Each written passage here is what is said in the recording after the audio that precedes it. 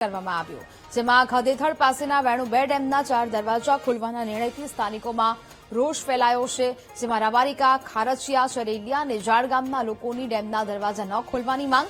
ઉનાળાના સમયે જ પાણી છોડાશે તો ડેમ આસપાસના ગામડાઓને મુશ્કેલી થશે. છેલ્લા 3 વર્ષથી રિપેરિંગના નામે ડેમના દરવાજા ખોલાતા હોવાનો આક્ષેપ કરાયો. અમારા પીવાનો અને ગામના માલઢોરનો પ્રશ્ન છે, જે ખૂબ જ જરૂરી છે 4 ગામનો. અને અત્યારે આ લોકોએ વેણુ 2 ડેમના અધિકારીએ એવો નિર્ણય કર્યો છે કે ગેટ રિપેર કરવાના નામે આમ તો છેલ્લા 5 વર્ષથી આ પ્રવૃત્તિ કરે છે. દર વખતે છેલ્લા 5 મહિનામાં પાણી જેટલું હોય એટલું છોડી દે છે. અને અમારા ગામડામાં એવું છે કે સીધા અસરગ્રસ્ત ગામ છે. આમ તો ભૂતકાળમાં ગામની બધી અમારી લેન્ડ અને જમીનના ડેમ બનાવવામાં ખેડૂતોએ આપી છે.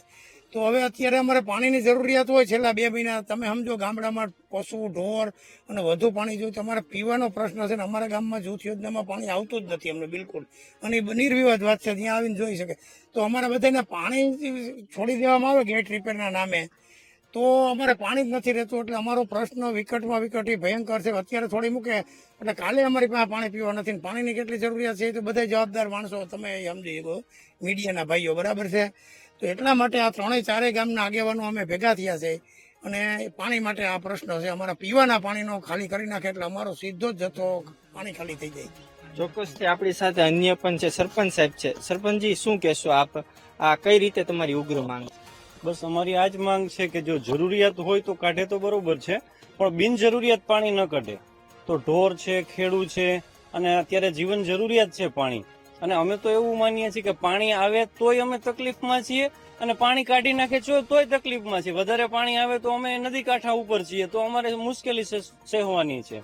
અને અત્યારે પાણી કાઢી નાખે તો પાણી વગરના અમે હેરાન છીએ.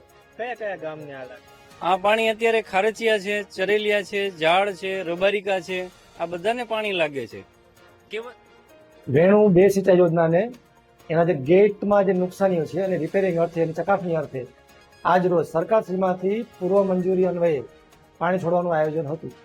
પરંતુ માનનીય ધારાસભ્યશ્રી તેમજ ગામના સરપંચશ્રીઓ અને અન્ય આગેવાનોની રજૂઆત અન્વયે આજ દિવસ પૂરતું પાણી છોડવાનું મોકૂફ રાખવામાં